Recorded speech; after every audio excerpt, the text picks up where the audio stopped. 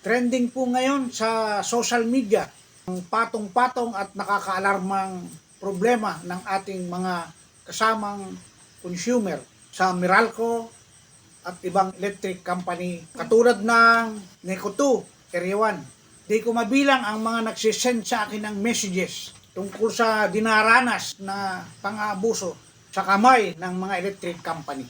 At halos triple ang idinagdag sa kanilang mga electric bill na di nila matanggap kung paano nangyaring tumaas ang bayarin samantalang halos pagtitipid nga daw ang ginagawa, mabawasan lang ang kanilang konsumo. Ngunit kabaliktaran po ang nangyayari.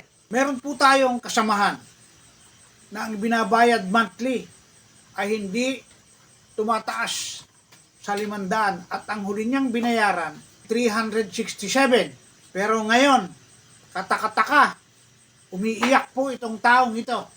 5,748. Kayo po dyan sa NECO 2, Area 1. Ano po ba itong pinaggagawa ninyo? At ganun na lang ang pang-aabuso ninyo sa tao. Ipinapaalala ko lang po sa inyo, ang dapat lamang bayaran ng consumer, ang kuryenteng ginagamit. Pero hindi nyo may paliwanag.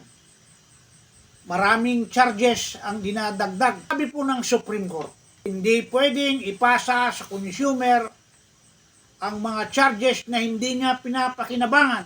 Pero bakit saksakan ng daming ipinapatong sa aming mga electric bill? Total, kumikita naman kayo. Baka gusto ninyong akuin na ang para sa senior citizen, kung ano-ano pang charges. Total, dami nyo namang kita. Huwag ninyong ibigay. Katulad naming consumer, na kami ang magbayad sa mga gastusin ninyo. Kayo dapat ang sasagot. Ito pa po, yung isang consumer ay hindi po siya tumataas ng 1.5 isang buwan. Hindi ko na po papangalanan. Dumating po ang kanyang electric bill, biglang naging 25,000. Pumunta po siya sa opisina at ang sabi ng investigador, kailangan daw bayaran ang 25,000 o puputulan yung tao.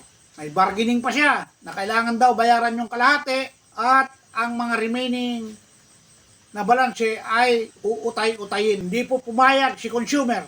Nag-imbestiga. Hawak-hawak ang electric bill.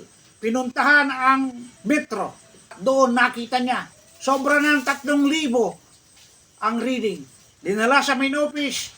Alam niyo po magkano ang binayaran? 582. Kung naging tahimik po at pinabayaan na lang po ni consumer ang 25,000. Kawawa naman po ang kalalabasan. Hindi po masama kayong mga empleyado na maging loyal sa inyong company. Pero samantalahin ko po ang pagkakataong ito. Wala pong pag-asenso ang kooperatiba ng NECO kung wala po ang mga consumer na nagpapatronize sa kuryente nyo.